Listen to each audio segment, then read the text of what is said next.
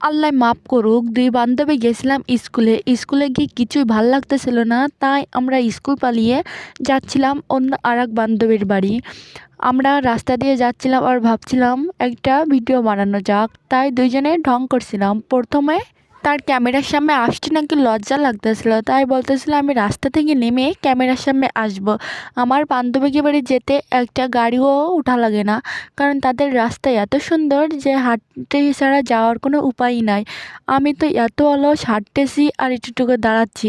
তারপর আমার বান্ধবীর ন্যাকামো শুরু হয়ে গেছে। সেটা তো তোমরা আগেই দেখেছো, বা কেউ না দেখলে এখন আবার দেখতেও পারো। আমরা ২ বান্ধবী এরম মজা আড্ডা করতে করতে যাচ্ছিলাম। সে এমন বয়ান দিচ্ছে মনে হচ্ছে এই এমন করে মনে হয় প্রতিদিন। আমরা কোনোদিনও আসলে এরকম করি না।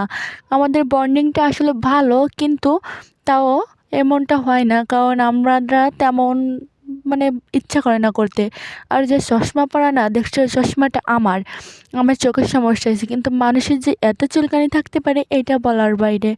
আমি চশমা পরি আর মানুষের এত চুলকায়, সে চুলকানোর কোনো কথাই নেই। আমি চশমা পরে বের হইলেই ঢং ঢং দেয়, এ দেয়, ও দেয়, কত কিছু যে বলে। আমরা ২ বান্ধবী হাঁটতে হাঁটতে যাচ্ছিলাম। তারপরে আমার ভয়েসটা যদি তোমাদের ভালো লাগে তাহলে চ্যানেলটি সাবস্ক্রাইব করে দেবে। আমার নতুন চ্যানেল, সবাই সাবস্ক্রাইব করে পাশে থাকবে, তাহলে আমাদের নতুন নতুন ভিডিও পাবে। আমরা ২ বান্ধবী এরকম কথা বলতে বলতে আর ভিডিও করতে করতে যাচ্ছিলাম। যেতে যেতে অনেক সময় মানে পথ পেরিয়ে গেছে, এটা টেরই পাইনি।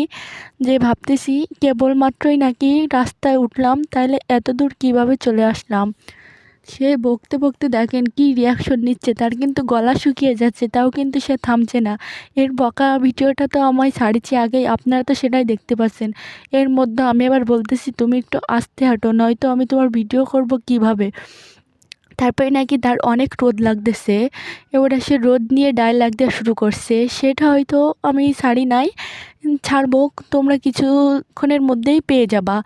তোমরা এগুলো ভিডিওগুলো দেখতে চাইলে চ্যানেলটি সাবস্ক্রাইব করে পাশে থাকবে, নয়তো তো তোমরা আমার ভিডিওটি দেখতে পারবা না। সে কিন্তু অনেক দুষ্টু, তার কিন্তু আবার লজ্জাও নাকি লাগছে, পাশে দিয়ে লোক যাচ্ছে এই জন্য। জানো, আমার আগে একটা চ্যানেল ছিল, কিন্তু সেইটা একটা ভুলের কারণে সেইটা সাসপেন্ড করা হয়েছিল। তখন আমি অনেকটাই কষ্ট পেয়েছিলাম। কষ্ট পাওয়ার কারণে আমি অনেক দিন ধরে ইউটিউবে কিছু আর ছাড়ি না, কারণ ওই চ্যানেলটা আর ফিরে পাওয়া সম্ভব হলো না। তাই আর ভালো লাগতেছিল না। তারপর হঠাৎ এখন আবার একটু মনে উঠলো একটু ভিডিও করি, তাই আবার ভিডিও করতেছিলাম। আমার বান্ধবী এত দুষ্টু, ছেলেটার সাথে দেখো কি করলো। আমি তো দেখে হাসতে শেষ, কিন্তু ছেলেটা কোনো রিয়াকশন দিল না।